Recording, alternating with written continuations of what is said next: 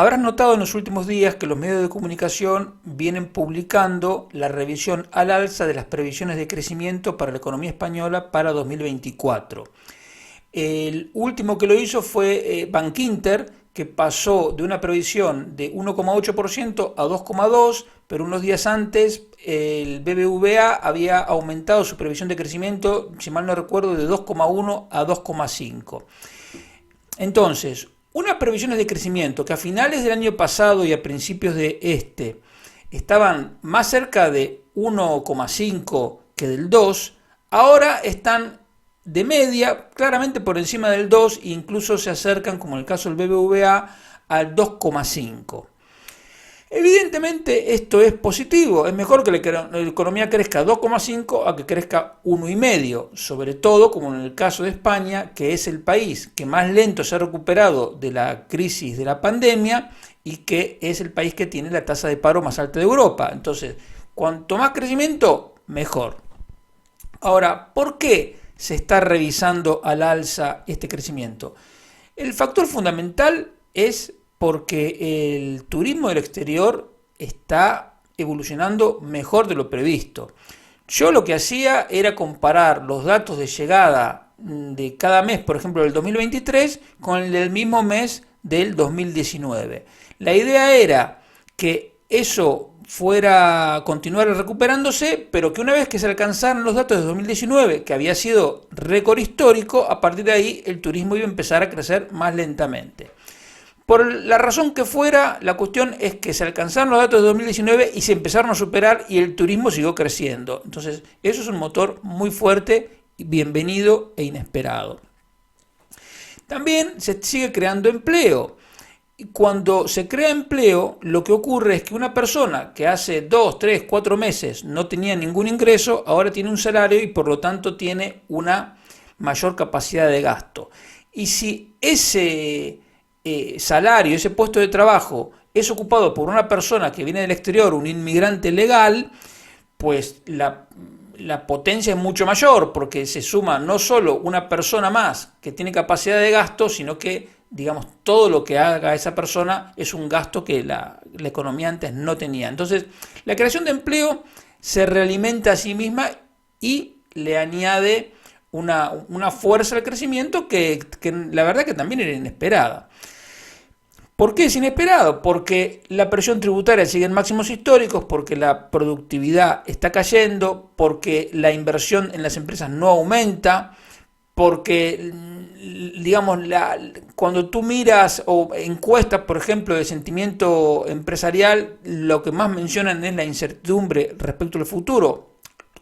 Sentimiento lógico, porque si tienes un gobierno que te está diciendo que te va a reducir la jornada laboral de manera compulsiva, pero te va a obligar a seguir pagando los mismos salarios, que te dice que te va a aumentar más los impuestos, etcétera, y la verdad que las perspectivas, o sea, la confianza es, digamos, difícil de tener, la incertidumbre respecto al futuro.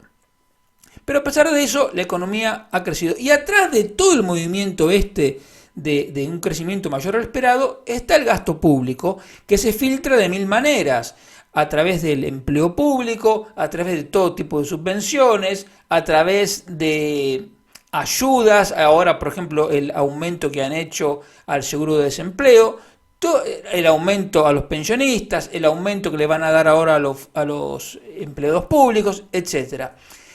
Y entonces el gasto público nos lleva a sacar una cuenta que es elemental, pero que normalmente no se comenta. En números redondos, si tú miras los últimos 2 años, por cada punto de crecimiento del PIB, la deuda pública aumentó 25.000 millones de euros. Pero ¿cuál es el problema? Que cada punto del PIB son, siempre números gordos, 15.000 millones. Por lo tanto, estamos pagando 25.000 millones para crecer 15.000. Solo con ese dato te das cuenta que esto no es sostenible. Entonces, si seguimos con esta dinámica, este crecimiento es absolutamente insostenible, porque la deuda pública sigue creciendo más que el PIB y por lo tanto eso tiene un final que no es feliz. ¿Que hay países que tienen una deuda pública más alta que España? como Francia y como Italia y no están en crisis, es verdad. Por lo tanto, el gobierno puede decir, mira, nosotros podemos seguir así, total, no hay ningún problema. Mira Francia y mira Italia. Es más, esta semana se anunció que tanto Francia como Italia le van a iniciar un procedimiento de déficit excesivo desde la Comisión Europea, cosa de la que España libró. Porque cuando tú miras el déficit de España, que a pesar de que hace 17 años, como siempre te digo, que paga todos los intereses de la deuda pública, con más deuda pública, cosa que es una conducta financiera suicida, Francia e Italia están peor. Y además son países más grandes, por lo tanto, con mayor capacidad de desmoronar toda la economía europea. Entonces, el gobierno se puede sentir tentado de decir, mira, yo sé que la productividad está cayendo, todo lo que me quieran decir de la competitividad, etcétera, etcétera, pero mientras yo siga creciendo el gasto público, esto va a crecer y total, tenemos margen para que la deuda pública crezca. Digamos, si esa es la perspectiva, es temeraria, porque la deuda pública ya es muy alta. Y recordemos que este déficit se produce a pesar de que la presión tributaria está en el máximo histórico. O sea, ningún gobierno cobró tantos impuestos en España como el de Pedro Sánchez y sin embargo ni siquiera así es capaz de alcanzar el equilibrio o un déficit mínimo. Cosa que no ocurre ni en Francia ni en Italia. Entonces, con el tema de las perspectivas de crecimiento, yo te recomendaría que las tomaras con una dosis de escepticismo. ¿Que hay más crecimiento? Genial, pero tienes que saber que estamos comprando la ilusión de crecimiento sobre la base de deuda pública, que es lo que está alimentando el crecimiento del empleo y las ventas y la actividad. A pesar de que tampoco es una actividad para tirar cohetes, pero sí es verdad que es mejor de lo que pensábamos hace unos meses. Entonces, en el pasado, ya te lo he dicho, depende de la edad que tengas, te acordarás o no, si eres muy joven, Zapatero sacaba pecho diciendo que en España se creaba el 30% de los empleos de toda la Unión Europea, y cuando tú mirabas los datos era verdad. Incluso el ignorante de Zapatero decía que en 3 o 4 años íbamos a alcanzar a Alemania, y en 3 o 4 años lo que estaba haciendo el mismo Zapatero no era alcanzar a Alemania, sino estaba recortando el salario de los empleados públicos y congelando las pensiones, porque la economía había explotado. Entonces, no es inexorable que ocurra eso, pero la trayectoria que llevamos sí va a ese punto. Porque lo que ahora tiene el gobierno de Sánchez es, digamos, a favor de la imagen le juega el hecho de que Francia e Italia están peor. Pero el otro elemento fundamental, tal vez el más importante de todos, es que la prima de riesgo sigue estando dopada por el Banco Central Europeo. Pero como ya te expliqué en otro vídeo, la estrategia de salida del Banco Central Europeo ya empezó. Es decir, el Banco Europeo cobra los bonos que van venciendo de todos los países, pero no reinvierte todo. Por lo tanto, las tenencias de bonos se van reduciendo. Y cuando tú además tienes déficit, tienes que salir al mercado a ofrecer más títulos para financiar el déficit, y además el comprador más importante, que es el Banco Central Europeo, te compra menos que antes. Por lo tanto, aumenta la oferta de bonos, y siempre que aumenta la oferta de lo que sea, su precio cae. Y si cae el precio de los bonos, es porque aumenta el tipo de interés que tienes que pagar para que los inversores se lleven esos bonos. Y entonces, cuando la deuda es muy grande, tú fíjate que simplemente un punto porcentual que aumente los tipos de interés, y eso significa que el déficit fiscal ya te aumenta más de un punto porcentual. Y los tipos de interés de largo plazo, los del bono a 10 años, podrían subir mucho más de un punto porcentual si volvieran a la media de los años anteriores a 2008, por ejemplo. Entonces, en este tema estamos jugando con fuego. En lo inmediato, genial que las previsiones de crecimiento vayan a mejor. Pero, como te acabo de decir, hay que ser escéptico en esto, porque no están dadas las condiciones para que esto sea sostenible. Más bien lo contrario, lo que está por detrás de este crecimiento económico es una actitud irresponsable en cuanto a aumento de deuda pública que por sí misma no es sostenible. Cambiando de tema, en estos días se estuvo hablando del IVA. ¿Por qué? Porque por un lado el presidente de la Comunidad Valenciana, como respuesta a la propuesta del gobierno de darle a Cataluña una financiación singular, el presidente valenciano, como te digo, dijo que bueno, que si a los catalanes les vamos a dar una financiación singular, a las demás comunidades autónomas nos tendrían que dar flexibilidad, por ejemplo, para poder mover el IVA.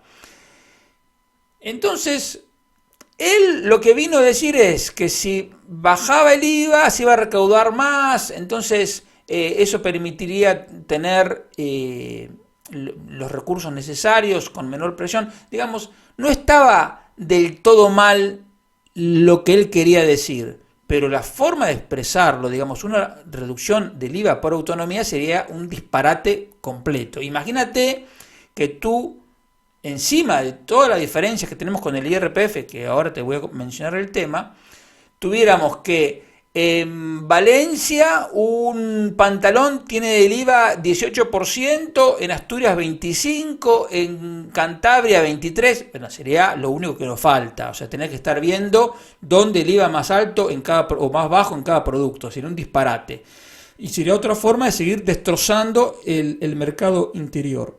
Por lo tanto, esa propuesta, que bueno, ni siquiera en el PP la recibieron bien, no tiene ningún sentido. El IVA tendría que ser lo más simple y general en todo el territorio español, que ya tenemos una gran excepción en Canarias, que ellos ahí no tienen IVA, tienen el impuesto general canario, cosa que ya rompe también la unidad del mercado, pero digamos, con cualquier propuesta adicional sería todavía peor.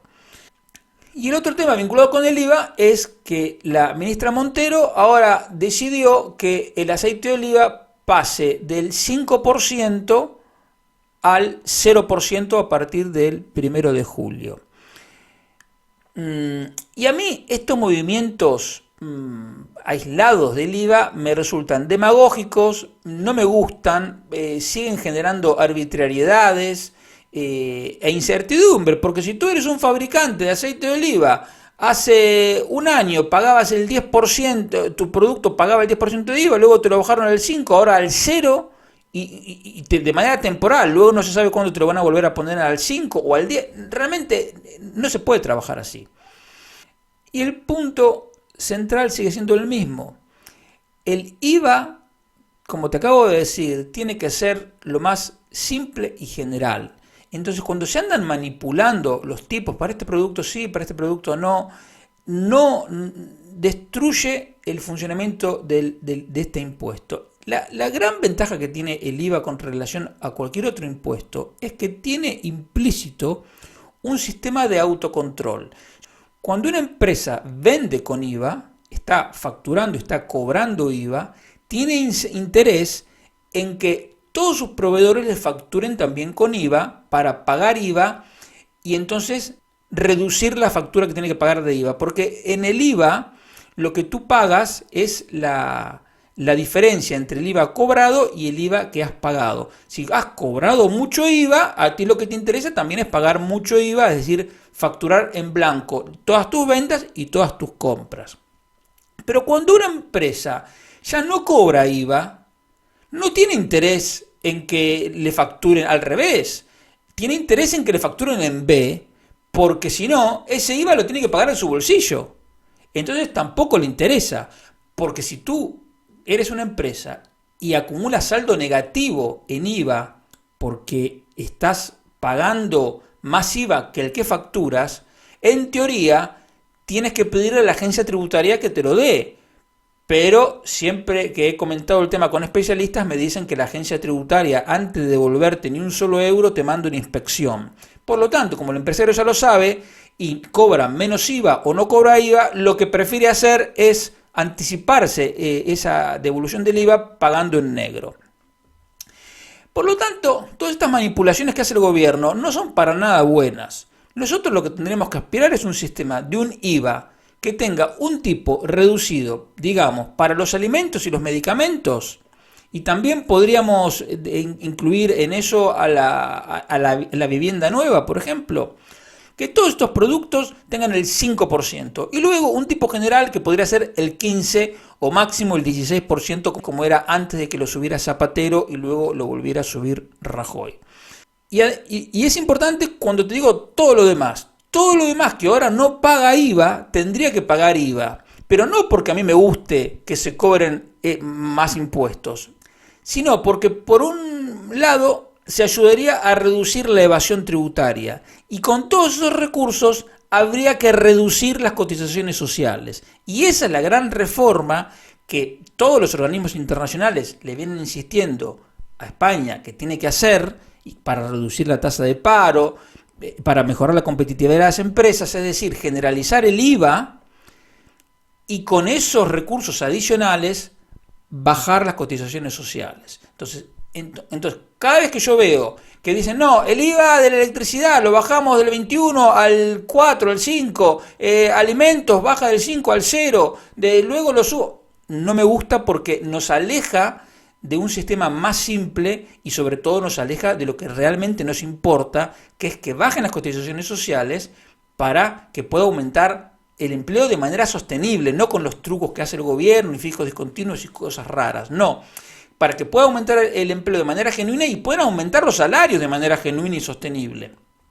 Entonces, una vez más, estas manipulaciones del IVA, aunque en el corto plazo te benefician porque tú vas al supermercado y puede que pagues el aceite de oliva un pelín más barato, en la realidad tienes que saber que eso te perjudica porque te aleja del sistema de IVA que necesita la economía española, que es un IVA más simple, más general, es decir, sin exención, sin excepciones, para que se recaude más por IVA y poder bajar las cotizaciones sociales y entonces acercarnos a lo que es algo normal en Europa, donde se recauda más por IVA y menos por cotizaciones sociales, cuando el caso extremo es Dinamarca, donde no hay cotizaciones sociales. Es verdad que tiene un IVA del 25%, pero si a mí me dan a elegir entre el sistema danés o el sistema español, ¿qué quieres que te diga? Yo prefiero el sistema danés, porque es el país que tiene los salarios más altos de la Unión Europea.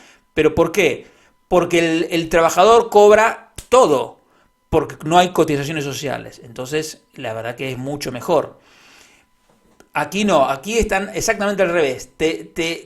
Tienes un salario más bajo, un salario de bolsillo más bajo, porque una tercera parte se la lleva el gobierno por cotizaciones sociales, y además te quieren convencer con que, bueno, no te preocupes porque te bajo el IVA al aceite de oliva. No, ¿sabes qué? Yo prefiero cobrar todo mi salario, ponme el IVA a todo y luego ya veo qué compro y qué no compro, pero déjame por lo menos tener la posibilidad de que lo que yo genero, cobrarlo íntegro. Y hablando de impuestos, me quería referir brevemente al IRPF, ahora que está terminando la campaña de la renta. Lo que tenemos que saber con este tema es que la campaña de la renta es el símbolo por el cual nosotros hemos dejado de ser ciudadanos y somos vasallos.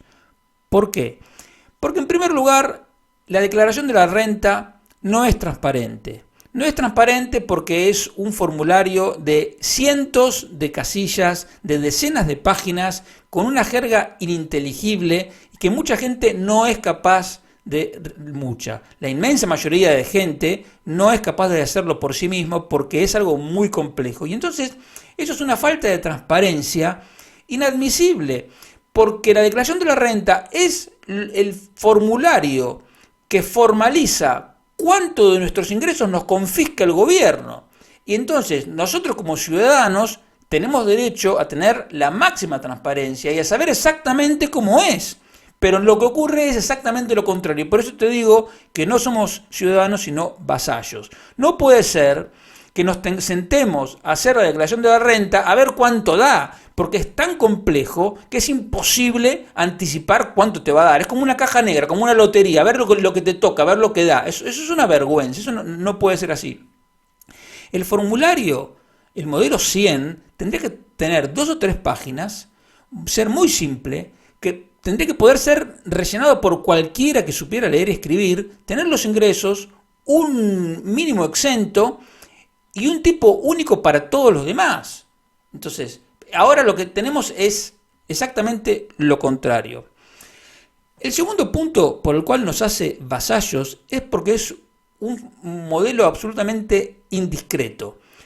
El modelo 100 de la agencia tributaria se inmiscuye en el tipo de relación de pareja que tú tienes, si tienes hijos o no, dónde tienes cuentas corrientes, a quién le has hecho donaciones y por cuánto, cómo te ha ido con los fondos de inversión, acciones, si tienes planes de pensiones, un montón de cosas más, si tienes vivienda, si no la tienes, si alquilas, si no alquilas. Digamos, te piden datos que no lo saben ni tu hermano, no lo saben ni tu amigo más íntimo. O sea, es delirante. ¿Y por qué? Porque no somos ciudadanos, somos vasallos. El tercer punto que refuerza esto es que es un modelo absolutamente arbitrario.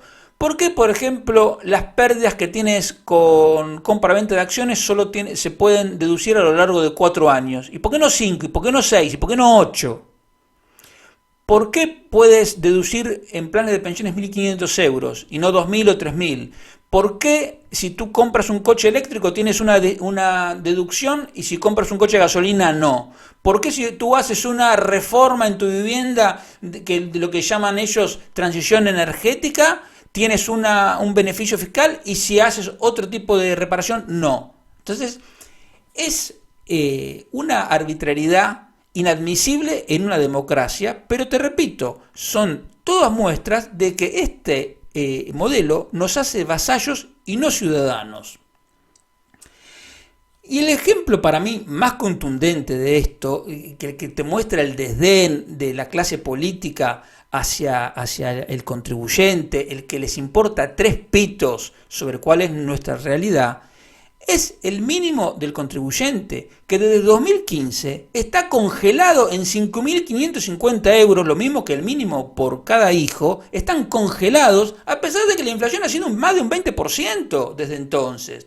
Entonces, eso, digamos, ¿necesitas alguna muestra adicional? O sea, ellos no les importa a la casta política, no les interesa nada, ellos quieren robarte tu dinero. ¿Y entonces, por qué?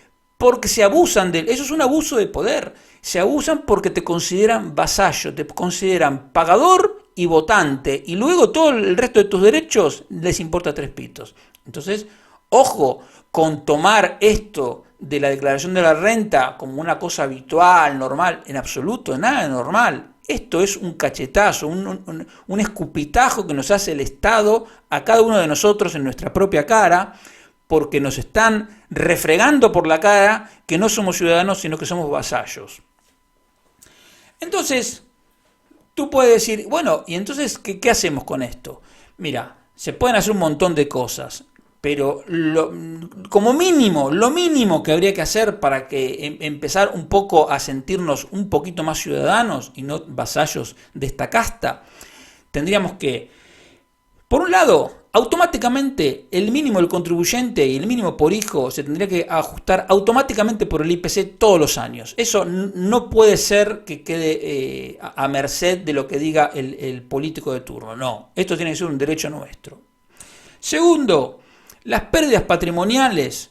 No, basta de que haya un límite de 4 años y otros límites para deducirlas. Si tú perdiste en acciones 5.000 euros, 8.000 euros, tú tienes derecho a recuperar, a compensar todas esas pérdidas con futuras ganancias. No como ahora, que puedes recuperar lo que el poder de turno se le antoje. En tercer lugar, volver a poner la deducción por planes de pensiones en 8.000 euros y que esa deducción de 8.000 euros también se ajuste automáticamente por el IPC todos los años. Entonces, cada año que puedas deducir un poco más. Luego, habría que crear lo que en Estados Unidos llaman los IRA, que son los Individual Retirement Accounts, es decir, la cuenta individual de retiro, donde tú puedes invertir en acciones, en bonos, en fondos de inversión, en lo que se te ocurra, gestionar el dinero tú, y desgravarte una cantidad por las aportaciones que hagas a esa cuenta, pero todo pensando en la jubilación. Es decir, es como si fuese lo mismo que las aportaciones a planes de pensiones, pero te lo gestionas tú. Y hay un montón de gente que le gustan los mercados financieros, que saben de inversiones y que sin embargo no pueden invertir a largo plazo para su jubilación con una ventaja fiscal. Cosa que al gobierno le conviene, porque dado la situación de déficit y de insostenibilidad que tiene el sistema de pensiones, el gobierno tendría que estar alentando el ahorro privado para la jubilación, porque esa es otra bomba de relojería que está ahí y que algún día puede que reviente. Y el quinto punto que se tendría que modificar como mínimo para que la casta política deje de insultarnos con esta declaración de la renta es que la gente que fallece no haya obligación de presentar su declaración. Quiero decir, hay una persona que muere en enero, en junio del año siguiente, sus familiares, además del dolor de haber sufrido una pérdida, tienen que estar revisando los papeles para presentar una declaración de la renta de una persona que murió. Eso es el abuso estatal llevado al extremo. O sea, tú vas a pagar la renta aunque estés muerto, y si no estás tú, me van a pagar tus hijos o tu mujer o quien sea. Es una aberración, es una forma de insultarte y de escupirte hasta en la tumba. Por lo tanto, te repito, esto de normalizar la declaración de la renta como que es una cuestión normal, que hay que pagar, que no sé qué, en absoluto. Esto es un proceso que te muestra, una ceremonia anual que te demuestra que el poder estatal en España ha llegado demasiado lejos y tenemos que empezar a exigir que cambie, porque ya hemos llegado al punto en que dejamos de ser ciudadanos y somos vasallos. Y si no, dime si las razones que te dije antes no son suficientes para darme la razón.